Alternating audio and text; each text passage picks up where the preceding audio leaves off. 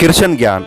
एक औरत रोटी बनाते समय रोटी बनाते बनाते ओम भगवते वासुदेवाय नमः का जाप कर रही थी। अलग से पूजा का समय कहाँ निकाल पाती थी बेचारी। तो बस काम करते करते ही एकाएक धड़ाम से जोरों की आवाज़ हुई और साथ में दर्दनाक चीख। कलेजा धक से रह गया। जब आंगन में दौड़कर झांकी तो 8 साल का चुन्नू चित पड़ा था, खून से लथपथ। मन हुआ दहाड़ मार कर रोए, परंतु घर में उसके अलावा कोई नहीं था। रोकर भी किसे बुलाती फिर। चुन्नू को संभालना भी तो था।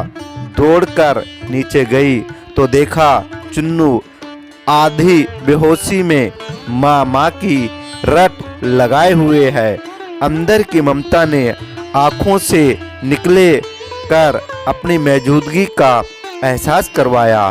फिर 10 दिन पहले करवाए अपेंडिक्स के ऑपरेशन के बावजूद न जाने कहां से इतनी शक्ति आ गई कि चुन्नू को गोद में उठाकर पड़ोस के नर्सिंग होम की ओर दौड़ी।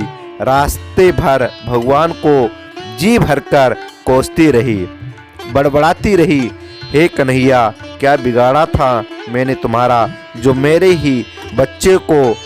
खैर डॉक्टर साहब मिल गए और समय पर इलाज होने पर चुन्नू बिल्कुल ठीक हो गया।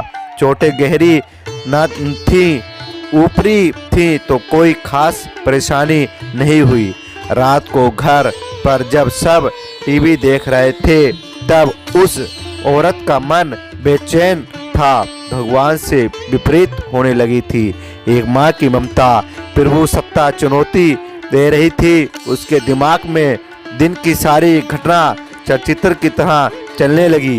कैसे चुन्नू आंगन में गिरा कि एकाएक उसकी आत्मा शहर उठी हुई।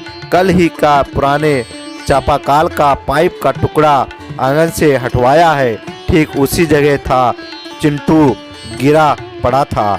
अगर कोई मिस्त्री न आया होता तो उसका हाथ अपने पेट की तरफ गया जहां टांग अब भी हरी ही थी।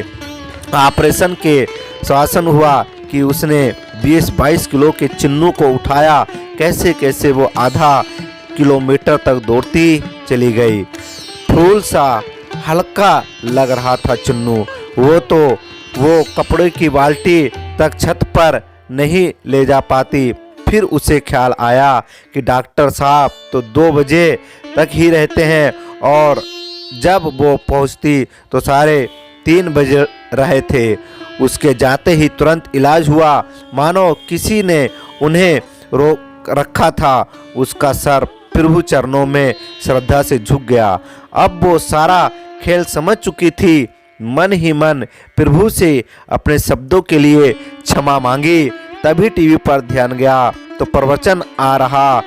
प्रभु कहते हैं, मैं तुम्हारे आने वाले संकट रोक नहीं सकता, लेकिन तुम्हें इतनी शक्ति दे सकता हूँ कि तुम आसानी से उन्हें पार कर सको।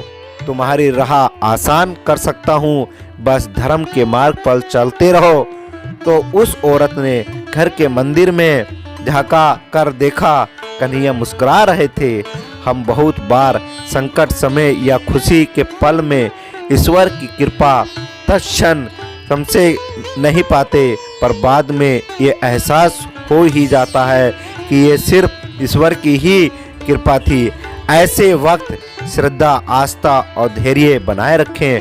आप भी कृष्ण कृपा की महसूस की हो तो जय श्री कृष्णा कमेंट कीजिए। वीडियो पसंद आया हो तो ज़रूर अपने मित्रों परिवार से शेयर कीजिए। जय श्री कृष्णा, जय श्री कृष्णा, जय श्री कृष्णा।